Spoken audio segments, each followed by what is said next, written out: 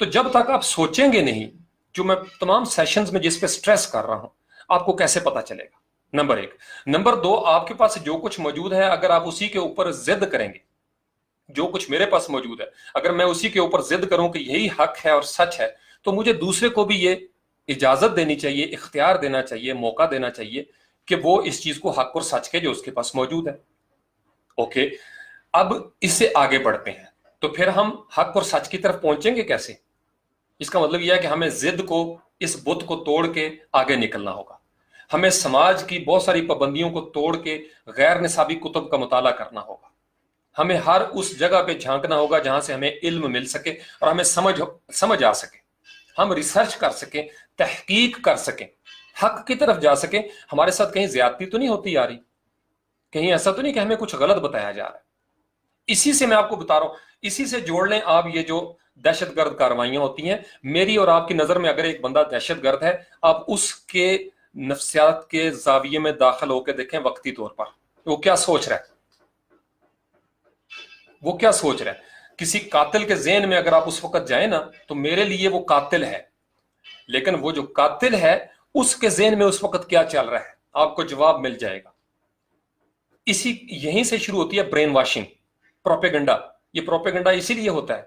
Media دراصل کیا کر رہا ہے, جو ہمارا جدید دور کا میڈیا ذہنوں کے ساتھ کھیلتا ہے, آپ کو برین واش کر دیا جاتا ہے اور آپ سوچنے سے سمجھنے کی صلاحیت سے یکسر محروم ہو جاتے ہیں کہ ہمارے ساتھ ہو کیا رہا ہے. یہ بات سمجھ گئے؟ اور میں آج آپ کو ایک اور کڑوی گولی دینا چاہتا ہوں, ناٹ بیکاز کہ میں آئی ایم اگینسٹ کرکٹ, میں خود کرکٹ کھیلتا رہا ہوں, لیکن میں آپ کو بتا رہا ہوں ہم جتنی ہماری قومی چیزیں تھیں, یہ تلخی آج برداشت کر لیں, جتنی ہماری قومی چیزیں تھیں جن کے ساتھ لفظ قومی آیا تھا, قومی پھل, قومی جانور, قومی کھیل, اس چونکہ جب قوم ڈوبتی ہے نا, تو قوم کی شناخت بھی ڈوبتی ہے. اور اب یہ جو کرکٹ ہمارے پاس آیا اور ہمیں یہ کہا گیا بار بار کرکٹنگ نیشن, کرکٹنگ نیشن, تو ہمیں سائیکولوجیکلی اس لیول پہ لے گیا. بھلے cricket is a good game, I am not against that, میں آپ کو صرف سمجھانا یہ چاہ رہا ہوں, the point which I am trying to make here, کہ آپ کو اس کے اوپر چونکہ ملٹی نیشنل کمپنیز کے انٹرسٹ تھے, انہوں نے انویسٹمنٹ کی, لہٰذا اب ہم ہاکی کو چھوڑ کے کرکٹ کی طرف آنے پہ مجبور ہو گئے. اس کے اندر ایک آپ کو بڑا کرزما نظر آتا ہے.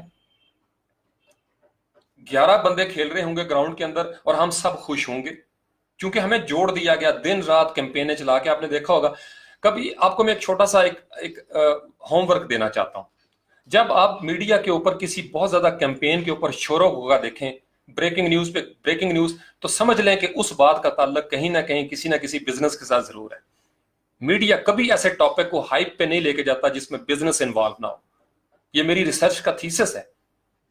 میں بڑے کلیم کر رہا ہوں اس چیز کے اوپر, آپ ریسرچ خود کیجئے گا. ہمیشہ ہائپ اس چیز کو دی جاتی ہے جس میں بزنس آپ کا انوالو ہوتا ہے, چاہے وہ بڑے سے بڑا کوئی دینی مسئلہ ہی کیوں نہ ہو. ہائپ جب کسی چیز کو دے دی جاتی ہے تو اس کے پیچھے مقاصد کچھ اور ہوں گے. یہ بات سمجھ گئے؟ تو ہم آ جاتے ہیں دوبارہ اپنے اس موضوع کی طرف. آپ ماحول میں پیدا ہو گئے, اب آپ جوان ہو گئے ہیں, کالج میں پہنچ گئے. اب کالج میں ایک بچہ تنگ نظر ہماری نظر میں ہے اور ایک بچہ دوسرے کی نظر میں گمراہ ہے. ہمارے گھروں میں کافر کافر بنا دیا گیا, ذہن سازی کر دی گئی فلاں کافر ہے.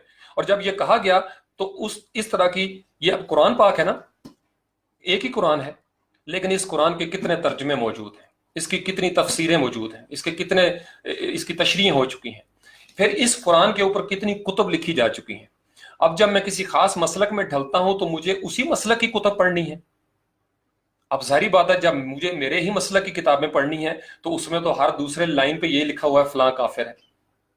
پھر مجھے یہ یقین کرنا چاہیے کہ دوسرے کی بھی اسی طرح ٹریننگ ہوئی ہے اور کسی غیر مذہب کی بھی یہی ٹریننگ ہے.